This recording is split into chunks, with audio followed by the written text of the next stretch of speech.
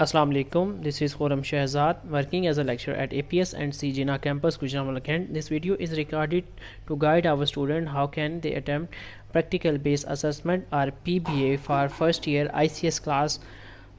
So let's get started. सबसे पहले आप लोगों को ये एक सिंपल PBA की फ़ाइल दी गई है फेडरल बोर्ड की वेबसाइट पे, ये अवेलेबल है, आप इसको डाउनलोड कर सकते हैं, इसको देख सकते हैं। अदरवाइज़ आप नीचे कमेंट कर सकते हैं तो मैं आपको ये फ़ाइल सेंड कर दूंगा। तो इसमें कुछ गाइडलाइंस दी हुई हैं, आप इन गाइडलाइंस को पढ़ लीजिएगा किस तरह से एक पेपर सेटर या इंस्ट्रक्टर PBA को सेट करेगा। अब इसमें इसमें हमारे पास डिटेल्स वो ये है कि इसमें दो सेक्शन होंगे। एक सेक्शन होगा डेटाबेस के हवाले से, जिसमें डेटाबेस के चारों एलिमेंट्स, जैसे आपको पता है कि डेटाबेस में 4 एलिमेंट्स होते हैं बेसिकली, टेबल्स होते हैं, क्यूरीज होती हैं, फॉर्म्स होती हैं और रिपोर्ट्स होती हैं। तो इनमें हमारे पास हमने डेटाबेस के हवाले से इन जो एलिमेंट्स के हवाले से क्वेश्चन का आंसर करना होगा, और इसमें including all the requirements of DBMS like relationship and main interface. तो इसमें किसी मेन इंटरफेस के बारे में पूछा जा सकता है, रिलेशनशिप कैसे बनाई जा सकती है, कैस्केड कैसे बनाया जा सकता है, किसी रिलेशन को किस तरह से डिफरेंशियल इंटेग्रिटी को सेट किया जा सकता है, ये सारा कुछ इसमें हो सकता है। और ये चैप्टर 7 और 8 के अंदर से ये आएगा क्योंकि वो एक प्रैक्टिकल चैप्टर है। दूसरे वाले पार्ट में हमने रिकॉग्नाइज करना है, आइडेंटिफाई करना है सिस्टम के डिफरेंट कंपोनेंट्स को। फॉर एग्जांपल कीबोर्ड एक इनपुट डिवाइस है या आउटपुट डिवाइस है, ये डिफरेंट इनपुट आउटपुट डिवाइसेस को डिफरेंशिएट करना है, नेटवर्क डिवाइसेस को डिफरेंशिएट करना है। और इसके अलावा भी आपको कुछ सिस्टम के कंपोनेंट्स, कुछ मदरबोर्ड के ऊपर लगी हुई चिप्स दिखाई जा सकते हैं जो कि आपको आइडेंटिफाई करनी होगी। कुछ केबल्स दिखाई जा सकते हैं, इसमें आपको एक प्रॉपर जो है रिकग्निशन होनी चाहिए उन एलिमेंट्स की कि किस तरह से वो जो आप इनको आइडेंटिफाई करेंगे और उनकी वर्किंग को एक्सप्लेन कर सकेंगे वो क्या काम कर रहे हैं। और उसके बाद दूसरे वाले सेक्शन में यहाँ पे रिसोर्स शेयरिंग के हवाले से है कि किस तरह से हम हार्डवेयर एंड सॉफ्टवेयर रिसोर्सेज को शेयर कर सकते हैं, जैसे हम ब्लूटूथ को, हॉटस्पॉट को कैसे शेयर कर सकते हैं, प्रिंटर को कैसे शेयर कर सकते हैं।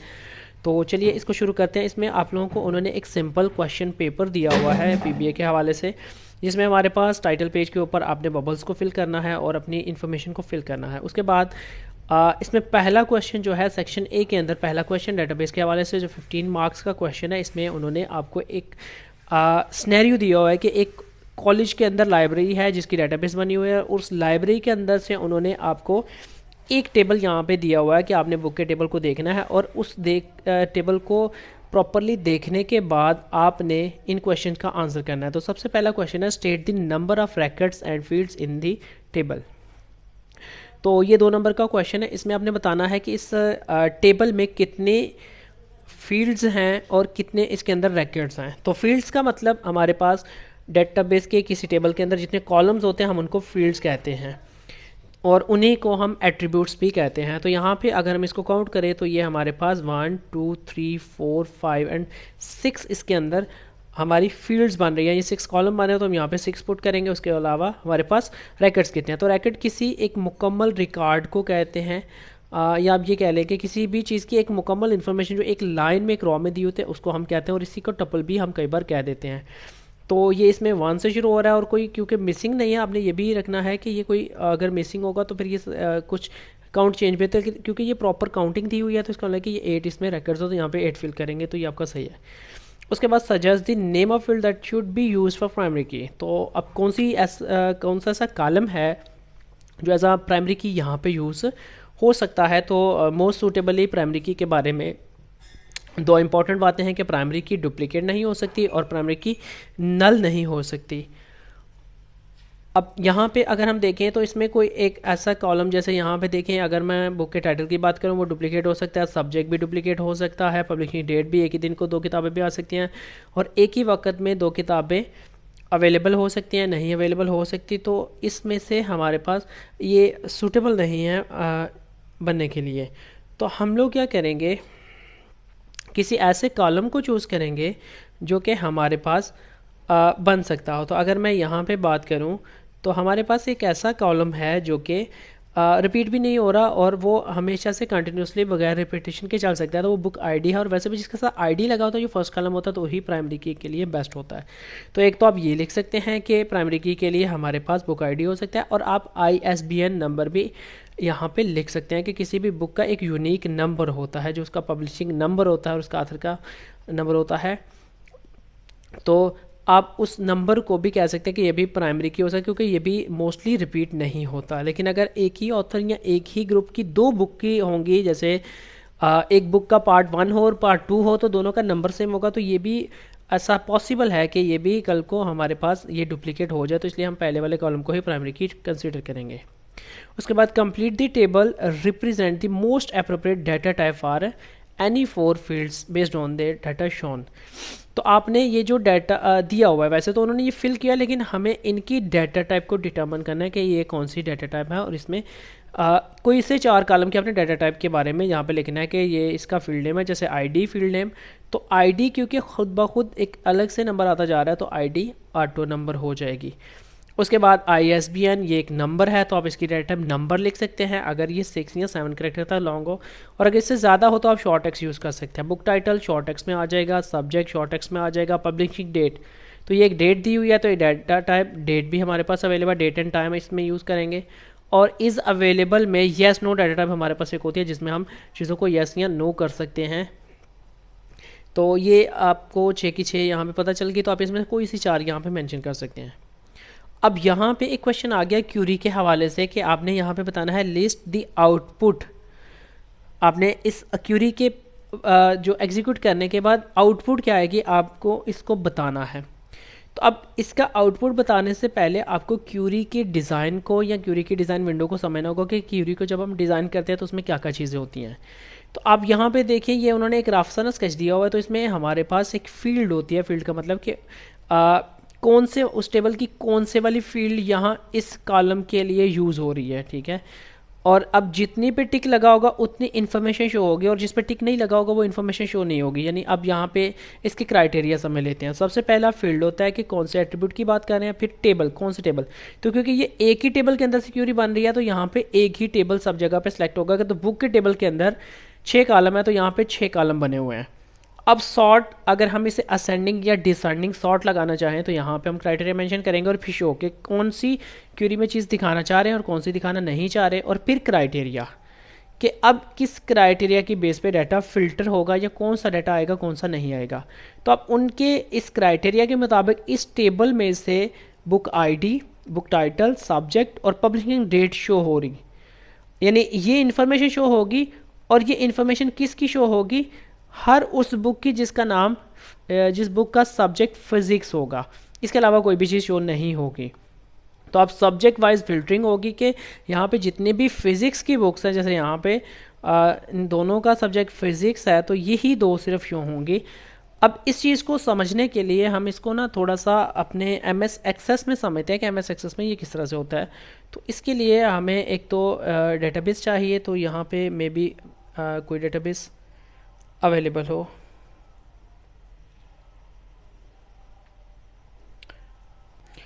ओके, तो यहाँ पे मैंने एक DB कॉलेज के नाम से डेटाबेस यहाँ पे ओपन कर ली है। इसमें से हम क्यूरी को एग्जीक्यूट करना सीखते हैं।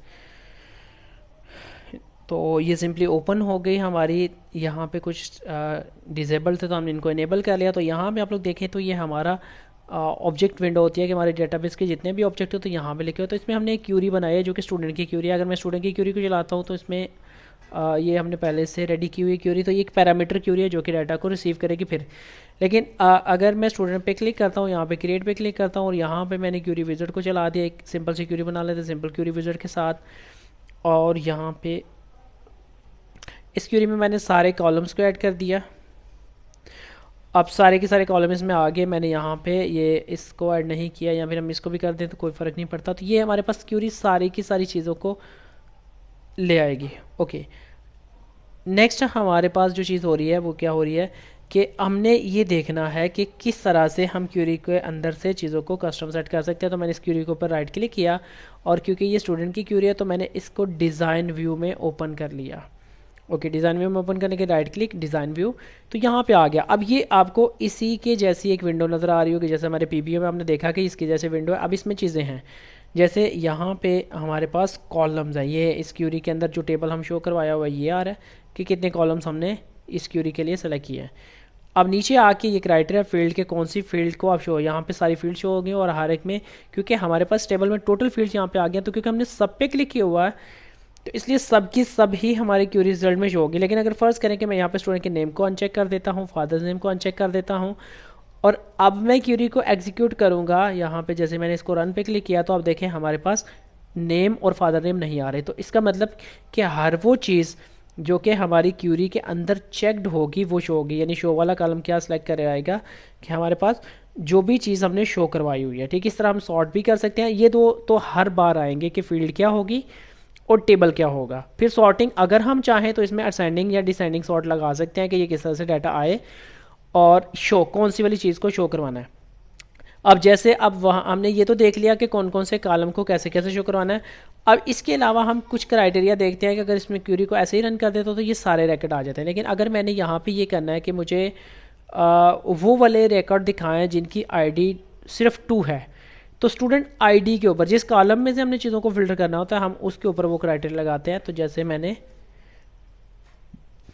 जैसे मैंने यहाँ पे इसको दोबारा से डिज़ाइन व्यू में ओपन कर लिया और अब क्राइटेरिया मैं लगाने लगा। तो मैं क्योंकि स्टूडेंट आईडी के ऊपर लगा रहा हूँ तो मैंने कहा जहाँ पे स्टूडेंट नंबर 2 हो, तो सिंपली हम यहाँ पे क्राइटेरिया को मेंशन करें क्योंकि एक न्यूमेरिक वैल्यू तो डायरेक्टली हम यहाँ पे लगा सकते हैं। तो यहाँ पे सिर्फ वो चीज़ आएगी जो 2 है। अगर ये हमने किसी नेम के ऊपर, किसी डेट ऑफ बर्थ के ऊपर, फ़ोन के ऊपर, किसी और चीज़ के ऊपर लगाया होता तो फिर हमने इसको एज इट इज़ नहीं देना था, बल्कि हमने फिर इसको यहाँ पे डबल कोटेशन के अंदर लिखना था। ठीक है, अब एक क्राइटेरिया के बाद अगर हम एक क्राइटेरिया फिल करने के बाद किसी और क्राइटेरिया पे भी दोबारा से फिल्टर करना चाहते हैं तो हम यहाँ पे और का भी लगा सकते हैं। यानी एक ही साथ में हम 2 क्राइटेरिया इस पर सेट कर सकते हैं। अब दोबारा से अपने पीबी पे आ जाए तो आपने यहाँ पे ये चीज़ सीखी कि हमारे पास क्यूरी के हवाले से 5 चीज़ें होती हैं। एक फील्ड कौन सी शो करवा रहे हैं, किस टेबल के अंदर है, तो ये स्टूडेंट की टेबल है। फिर सॉर्ट करना है कि नहीं करना, और कौन सा कॉलम शो करवाना है, कौन सा कॉलम रिजल्ट में शो नहीं करवाना, और क्या क्राइटेरिया होगा, यानी फिल्ट्रेशन किस बेस पे होगी।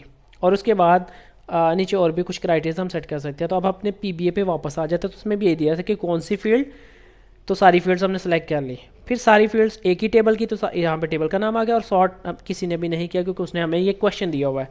तो अब शो में उसने कहा कि ये कॉलम शो हो, ये कॉलम शो हो, ये हो और ये हो, तो इसका मतलब कि आपने सिर्फ वही कॉलम लिखना। और फिर क्राइटेरिया में लिखा है कि सिर्फ वही वाली चीज़ों के सारी कॉलम शो हों जो कि टिक किए हुए हैं जिसका सब्जेक्ट फिजिक्स हो, क्योंकि ये सब्जेक्ट के कॉलम के अंदर ये क्राइटेरिया लगे तो सिर्फ फिजिक्स का ही सब्जेक्ट वहाँ पे शो होगा।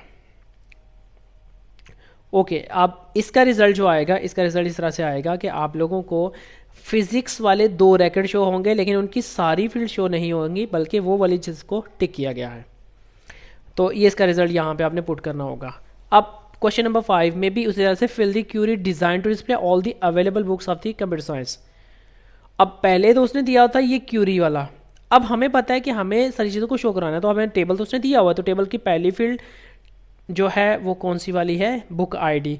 फिर आईएसबीएन है, फिर बुक का नेम है, फिर सब्जेक्ट है, फिर डेट ऑफ पब्लिशिंग है, और फिर येस या नो है। तो एक हम ऐसे सारे फील्ड्स के नाम यहाँ पे मेंशन कर देंगे। उसके बाद हम यहाँ पे टेबल का नाम, क्योंकि ये सारे एक ही टेबल के हैं तो सबके ऊपर आ जाएगा बुक का टेबल। फिर सॉर्ट हमने नहीं करना। फिर शो हम क्योंकि उसने क्या कहा है कि design to display all available books from, तो उसने कहा कि सारी की सारी शो करवानी है तो हम सबको टिक कर देंगे। क्राइटेरिया किस पे लगाना है, उसने अवेलेबल की बात किया है, तो हम यहाँ पे अवेलेबल एक कॉलम है इज़ अवेलेबल, तो इसके ऊपर एक क्राइटेरिया लगाएंगे कि इसके अंदर डबल क्वेश्चन में लिख दें अवेलेबल, तो सिर्फ वही वाली शो होंगी जो कि अवेलेबल होंगी। ये क्यूरी के हवाले से क्वेश्चन था। अब ये तो यहाँ तक तो पीबीए का क्वेश्चन था। अब क्यूरी के हवाले से कुछ चीज़ें और भी आ सकती हैं। वो ये है कि हमारी क्यूरीज जो होती है ना वो 4 तरह की 5 तरह की होती हैं। तो अब इसमें ना जस्ट आप किसी भी क्यूरी को सेलेक्ट करें तो उसमें फ़र्क यही आता है। जैसे सेलेक्ट क्यूरी है ना तो सिर्फ फिल्टर करने के लिए यूज़ होती है। इसमें मेक टेबल क्यूरी है जो कि एक नया टेबल क्रिएट करने की यूज़ होती है। एक अपडेट क्यूरी है, जैसे हम सेलेक्ट क्यूरी में अगर आप देखें तो सेलेक्ट क्यूरी में हमारे पास ये है, इसमें क्राइटेरिया की जो बाकी सारी चीज़ें सेम होंगी, इसमें एक क्राइटेरिया होगा।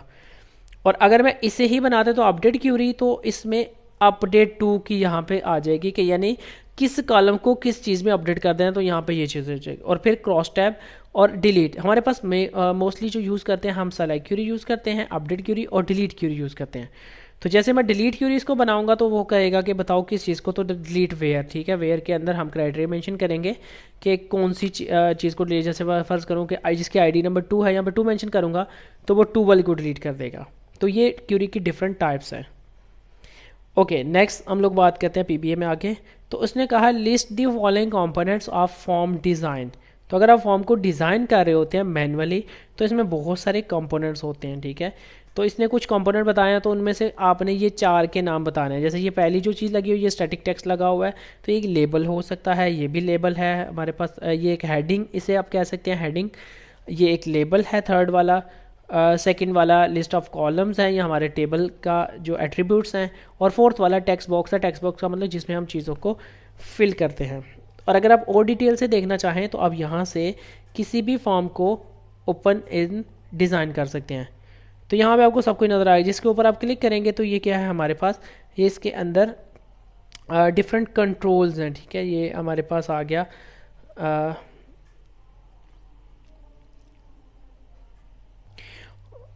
आप लोग यहाँ पे जाएंगे और रिपोर्ट डिज़ाइन पे क्लिक करेंगे तो आपको यहाँ पे डिफरेंट एलिमेंट्स नज़र आ जाएंगे जिसको यूज़ करते हुए आप रिपोर्ट को डिज़ाइन कर सकते हैं। तो रिपोर्ट को डिज़ाइन करने या फॉर्म को डिज़ाइन करने के लिए हमारे पास जो चीज़ें आती हैं वो इसमें हमारे पास एक सेलेक्ट का टूल होता है जिससे हम चीज़ों को आगे पीछे मूव कर सकते हैं। जैसे मैं इसको पकड़ के आगे पीछे मूव कर सकता हूँ। इसके अलावा हमारे पास ये टेक्स्ट बॉक्स हो सकता है, फिर इसके अलावा ये हमारे पास लेबल है, इसके अलावा ये हमारे पास बटन है जिसको हम क्लिक कर सकते हैं। ड्रैग एंड ड्रॉप जैसे हम यहाँ पे करेंगे तो हमारे पास ये यहाँ पे आ जाएगा। और उसके अलावा हमारे पास इसको यहाँ पे ड्रॉ, तो ये एक बटन बन गया। फिर यहाँ पे कुछ और भी हैं, ये हाइपर लिंक है जिसको क्लिक करने से कोई और चीज़ ओपन हो जाएगी। इसके अलावा हमारे पास इंसर्ट पेज ब्रेक, यानी एक पेज से दूसरे पेज पे ब्रेक करने के लिए, तो ये हमारे कंट्रोल्स है। तो उन्होंने कहा कि किसी 4 के नाम बता दे। तो अब हम यहाँ पे अपने पीबीए में वापस आ जाए। तो यहाँ पे पहले का नाम तो हमारे पास क्या है, ये हमारे पास एक लेबल है, ये भी एक लेबल है। इस लेबल का साइज़ हमने ज़्यादा कर दिया हुआ है। ये हमारे पास टेबल के एट्रीब्यूट्स हैं और इस तरह से हमारे पास बाकी चीज़। तो आपने 4 के नाम लिखने हैं। अब सेकंड वाला पोर्शन थोड़ा कदरन आसान है। इसमें हमारे पास आइडेंटिफिकेशन है। तो उन्होंने कहा है कि इन चीज़ों को आपने डिफरेंशिएट करना है, कैटेगराइज करना है। इनपुट डिवाइसेस कौन कौन सी है, आउटपुट कौन कौन सी है और नेटवर्क कौन सी हैं। तो जॉयस्टिक या जिसको आप कंट्रोलर कह सकते हैं, ये हमारे पास एक इनपुट डिवाइस है जो कि किसी गेम में इनपुट देने के लिए चीज़ों को कंट्रोल करने के लिए यूज़ होती है। ये एक आउटपुट डिवाइस है जो कि सिग्नल को रिसीव करके उसे आवाज़ की फॉर्म में कन्वर्ट करता है, जिसे रेडियो हम कहते हैं। ये नेटवर्क डिवाइस है। स्कैनर इनपुट डिवाइस है जो पेज को पिक्चर में कन्वर्ट करके कंप्यूटर में फीड करवाता है। उसके अलावा हमारे पास ये राउटर जो है एक नेटवर्क डिवाइस है। प्लॉटर एक आउटपुट डिवाइस है। वॉच एक आउटपुट डिवाइस है जो कि हमारी प्रोसेसिंग करने के बाद हमें टाइम दिखाती है। बारकोड रीडर जो है वो एक इनपुट डिवाइस है।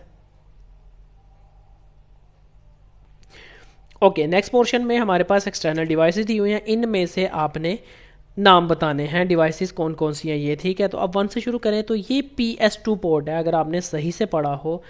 साथ ही में मैं आपकी बुक ओपन कर देता हूँ।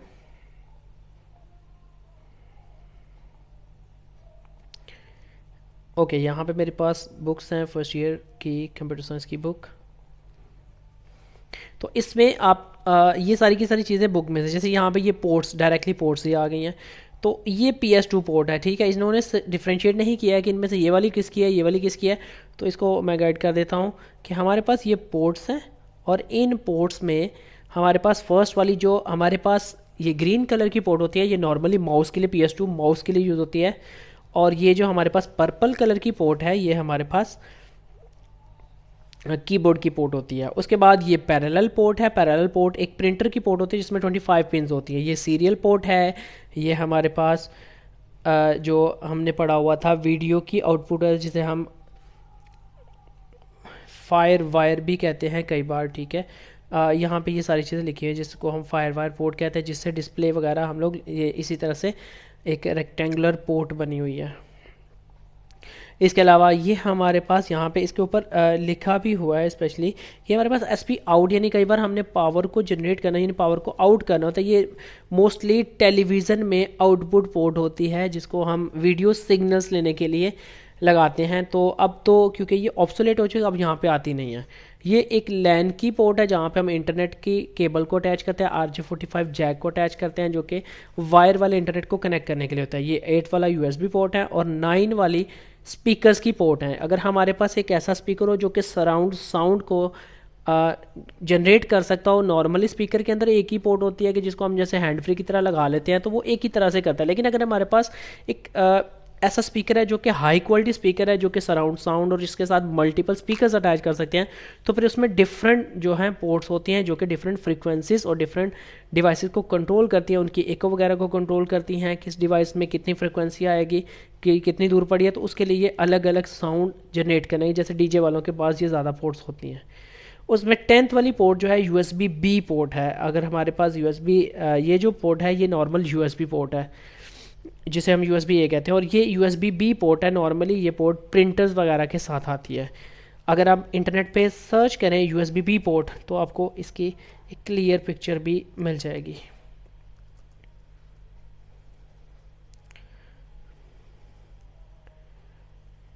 Okay, images.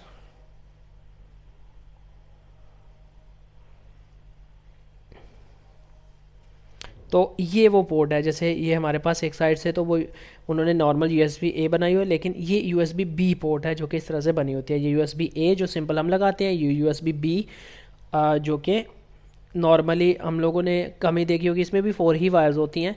और ये USB C पोर्ट है जो कि मोबाइल वगैरह में आती है। ये HDMI ये हमारे पास USB माइक्रो पोर्ट जो कि एंड्रॉयड फ़ोन्स में होती है, और ये भी उसी की एक वेरिएंट जो पुराने ज़माने की डिवाइसेस में आती थी।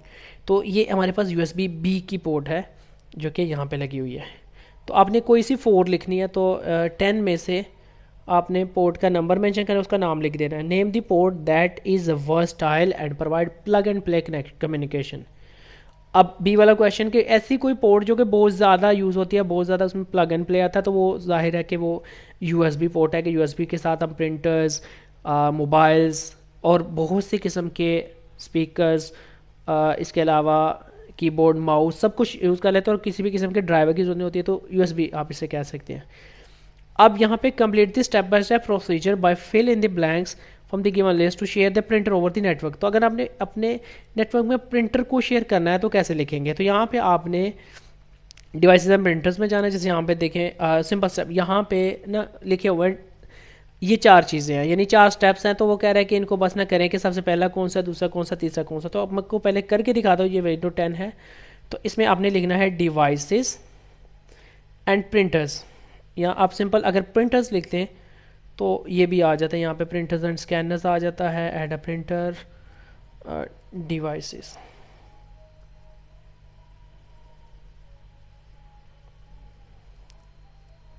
ओके, यहाँ पे आ गया प्रिंटर्स एंड, तो क्योंकि प्रिंटर को शेयर करना है तो ये आ गया।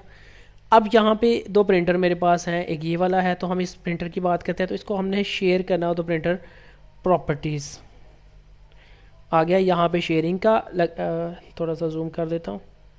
ओके, यहाँ पे प्रिंटर को जैसे मैंने ओपन किया, जैसे ये हमारा स्कूल वाला प्रिंटर है, तो जैसे ही मैंने इसको किया, प्रिंटर प्रॉपर्टीज़ को ओपन किया, दूसरे वाला अब स्टेप्स लिखने हैं, फिर शेयरिंग पे क्लिक किया, तो उसने कहा कि क्या आप इसको नेटवर्क में शेयर करना चाहते हैं। तो मैंने जैसे ही शेयरिंग ऑप्शन, जैसे मुझे यहाँ पे एडमिनिस्ट्रेटर की परमिशन, तो मैंने कहा शेयर दिस प्रिंटर। तो उसने कहा शेयर करते वक्त प्रिंटर का नाम ये होगा, जो भी बंदा इस नाम से इसको कॉल करेगा तो उसको मिल जाएगी। और जैसे ही मैं अप्लाई करूँगा तो ये प्रिंटर शेयर हो जाएगा मेरे पास, यानी अब नेटवर्क में मौजूद कोई भी पर्सन जो मेरे नेटवर्क से कनेक्टेड है वो इस प्रिंटर को यूज़ कर सकता है। तो ये सिंपल स्टेप है प्रिंटर को शेयर करें। इसी तरह से हॉटस्पॉट को शेयर करने का तरीका, आप यहाँ पे क्लिक करेंगे तो यहाँ पे आप मोबाइल हॉटस्पॉट खुद से क्रिएट कर सकते हैं, जिससे आप अपने नियर बाई डिवाइसेस को भी डाटा प्रोवाइड कर सकते हैं। तो जब मैं ऐड करूँगा तो यहाँ मोबाइल हॉटस्पॉट, इसके अलावा nearby sharing, project, cast, ये बहुत सारे ऑप्शंस होते हैं विंडो में। तो यहाँ से डायरेक्टली भी हो सकता है, लेकिन आप मोबाइल हॉटस्पॉट को वहाँ से भी ओपन कर सकते हैं कि आप अपनी इंटरनेट को कैसे शेयर करेंगे वाईफाई के थ्रू। अगर आपके पास लैपटॉप है तो आप मोबाइल हॉटस्पॉट को ऑन कर देंगे, जिस बंदे ने आपसे इंटरनेट कनेक्ट करवाने तो उसको ये वाला पासवर्ड बता देगा, पासवर्ड को चेंज वगैरह भी कर सकते हैं। तो इस तरह से बहुत सारे ऐसे रिसोर्सेज जिनको आप शेयर कर सकते हैं। आप किस तरह से अपने हार्ड डिस्क को शेयर कर सकते हैं। यहाँ पे जैसे किसी भी फोल्डर को शेयर करना हो तो वो भी बहुत आसान है कि आप यहाँ पे राइट क्लिक करेंगे और यहाँ पे जाके आप इसकी प्रॉपर्टीज़ में चले जाएंगे। जैसे आपके पास प्रॉपर्टी, तो यहाँ पे शेयरिंग का ऑप्शन आ जाएगा, तो आप कहेंगे कि शेयर, तो शेयर करते वक्त आप उसको बता देंगे किस किस के साथ और क्या क्या परमिशन, क्या वो रीड राइट दोनों काम कर सकते हैं या क्या काम कर सकते हैं। तो ये स्टेप्स हैं। अब PBA में वापस आ जाते हैं। PBA में आने के बाद हम देखेंगे क्लिक ऑन स्टार्ट बटन, तो ये तो आप सबको पहला स्टेप उसने खुद ही लिख दिया। फिर click on devices and printers, जैसे हमने कहा था। फिर डिवाइसेस प्रिंटर के अंदर से अपना जो प्रिंटर होगा, जो भी प्रिंटर होगा, ठीक है, उसके ऊपर आपने प्रिंटर प्रॉपर्टीज़ के ऊपर क्लिक कर देना है। ठीक है, प्रिंटर प्रॉपर्टीज़ के अंदर आपको मिल जाएगा ये। तो आपने इसमें से आपको सारी लिस्ट में से क्या करना है, शेयरिंग के टैब पे क्लिक करना है, और शेयरिंग के बाद आपने शेयर दिस प्रिंटर, और फिर आपने शेयर दिस प्रिंटर के चेकबॉक्स पर क्लिक कर दिया, और नीचे अप्लाई वगैरह का स्टेप उसने नहीं लिखा तो आप अप्लाई या ओके करेंगे तो ये शेयर हो जाएगा। तो ये आपका टोटल पीबीए है जिसमें ये क्वेश्चंस है। ठीक है, एक बार फिर से ऊपर जाके इसको थोड़ा सा कर लेते हैं। आप लोगों ने करना क्या है कि आप लोगों ने यहाँ पे एक तो डेटाबेस वाला जो प्रैक्टिकल वर्क है उसको अच्छे से तैयार कर लेना है, और फिर रिकॉग्निशन आप एक बार इंटरनेट से के सिस्टम की common devices, common ports, common जो हमारे पास स्लॉट्स हैं जिसको हम सीपीयू स्लॉट कह सकते हैं, कॉमन एक्सपेंशन स्लॉट्स, इन सबको आप एक बार इंटरनेट से देख लें इस नाम के साथ, तो ये बहुत आसान हो जाएगा। और फिर उसके बाद आपने ये शेयरिंग वाला जो है ये भी देख लेना है कि how can we share some common resources of our computer system. तो उसमें भी आपके पास कुछ चीज़ें आ जाएंगी तो आप देख सकते हैं, इससे इजीली आप तैयारी कर सकते हैं। अगर इसके अलावा कोई क्वेश्चन हो तो मुझे मैसेज कर सकते हैं या फिर नीचे कमेंट में लिख सकते हैं, तो मैं उसका आंसर कर दूँगा। Thank you very much and अल्लाह हाफिज़।